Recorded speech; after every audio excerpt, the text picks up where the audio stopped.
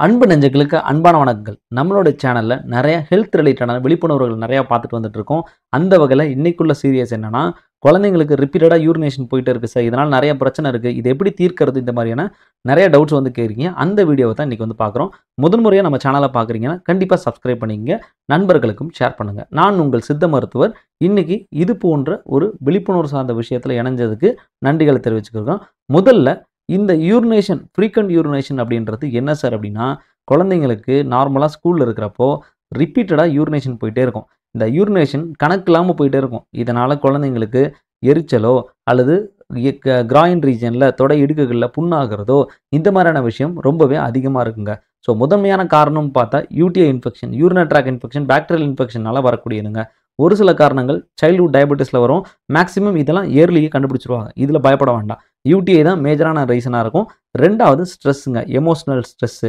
குழந்தைங்கள ரொம்ப டார்கெட் பண்ணி, ட்ரிகர் பண்ணி, ரொம்ப வந்து ஒரு நெருக்கடியில வச்சிருக்கும்போது, அவங்களுக்கு பயத்தில கண்டிப்பா யூரினேஷன் வந்து வர்றது காமன்ங்க. ஸோ கூடவே வந்து பார்த்தீங்கன்னா, எக்ஸசிவா ஃப்ளூயிட் இன்டேக் குழந்தைங்க அன்கண்ட்ரோல்டா வாட்டர் இன்டேக் அதிகமா எடுத்துக்கிறதுனால, யூரினேஷன் வந்து கணக்கில்லாம போறது ஒரு வகையில உண்டு. இன்னொன்னு பிளாடர் டிஸ்ஃபங்ஷன். அதாவது ரிப்பீட்டடா இரிட்டன்ட் ஆகுது. நம்ம உணவு முறையில ஏதாவது வேரியேஷன்ஸ் இருக்கு. இதனால பிளாடர் டிஸ்ஃபங்ஷன் ஆகுறதுக்கு வாய்ப்பு இருக்குங்க.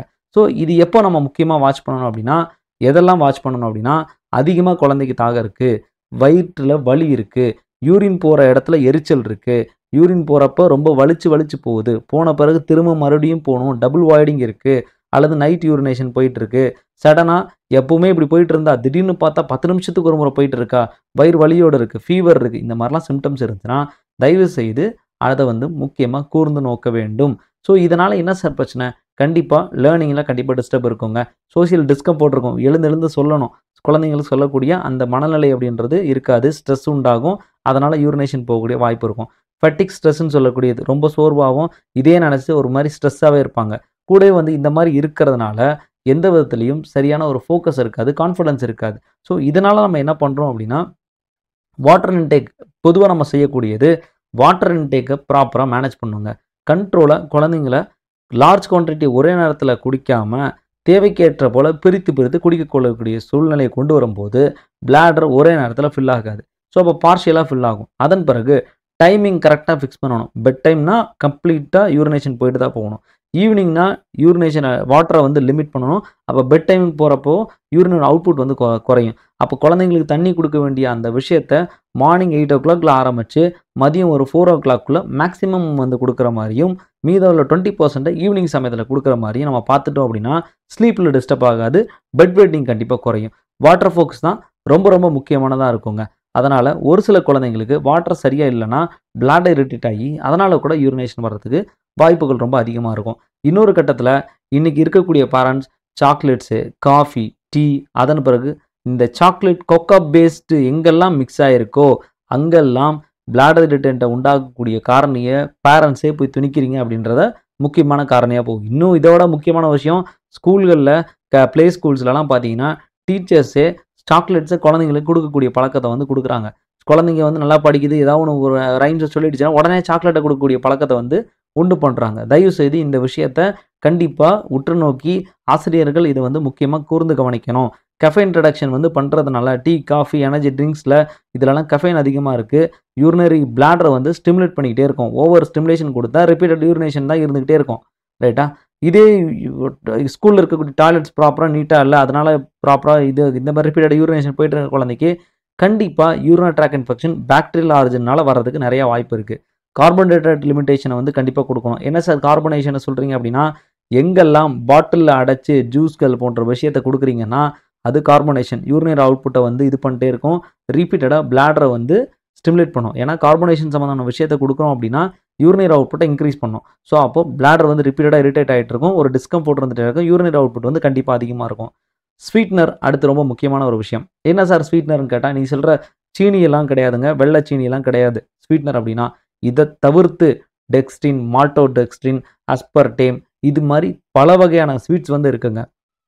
என்ன அப்படின்னா, நார்மலா ஒரு சுகர வந்து ஒரு ஸ்பூன் எடுக்கிறோம் அப்படின்னா, அந்த ஸ்பூன் குடுக்கக்கூடிய இனிப்புன்றது ஒரு வகையா இருக்கும். ஆனா, இந்த மாரி ஆர்ட்டிஃபிஷியல் ஸ்வீட்னஸ் அப்படின்றது நீங்க எல்லா சாக்லேட்ஸ், எல்லா ஜூஸஸ் எல்லா இதுலயும் எடுத்து பாருங்க. இது 1 ஸ்பூன் போடுறத விட, இதில் 1ல் 10ல் 1 பங்கு அப்படின்ற விஷயத்த மட்டும் எடுத்து ஆர்ட்டிஃபிஷியல் ஸ்வீட்னர் குறைச்ச அளவு எடுத்து போட்டிங்கன்னா, இந்த ஸ்வீட்ட விட 6 மடங்களவு, 10 மடங்களவு, 30 மடங்களவு ஸ்வீட் குடுக்கக்கூடிய ஆர்ட்டிஃபிஷியல் ஸ்வீட்னஸ் வந்து இருக்கு. ஸோ தயவு செய்து இந்த மாரியான சுகர் ஃப்ரீ ஸ்நாக்ஸ் நம்ம பண்றோம். அதெல்லாம் நல்லது தான். ஆர்ட்டிஃபிஷியல் ஸ்வீட்னஸ் இருக்கான்னு பார்க்கணும். ஆடட் சுகர்ஸ் அப்படின்னு ஒரு வேர்ட் இருக்கான்னு பார்க்கணும். டெக்ஸ்டின், மால்டோஸ் டெக்ஸ்டின் இந்த மாரியான விஷயங்கள்லாம் அதில இருக்கான்றத பார்த்து தான் குழந்தைங்களுக்கு வந்து குடுக்கணும். இது ரிப்பீட்டடா பிளாடரோட லைனிங்க இரிட்டேட் பண்ணிக்கிட்டே இருக்கும்.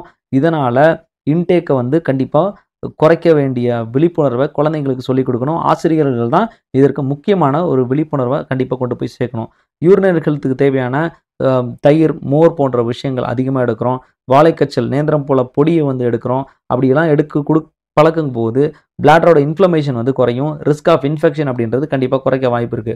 ஃப்ரூட்ஸ், பெர்ரி வகையான ஃப்ரூட்ஸு, சிட்ரிக் ஆசிட் சம்மந்தமான ஃப்ரூட்ஸு, பேரிக்கா இந்த மாதிரியான விஷயங்கள்லாம் அதிகமா வந்து எடுக்கிறதுனால யூரினரி அவுட்புட் இன்க்ரீஸ் ஆகும். ஒரு ஆன்டி ஆக்ஸிடென்ட்டா இருக்கும். அங்க டிஷ்யூ டேமேஜ் ஆகாது.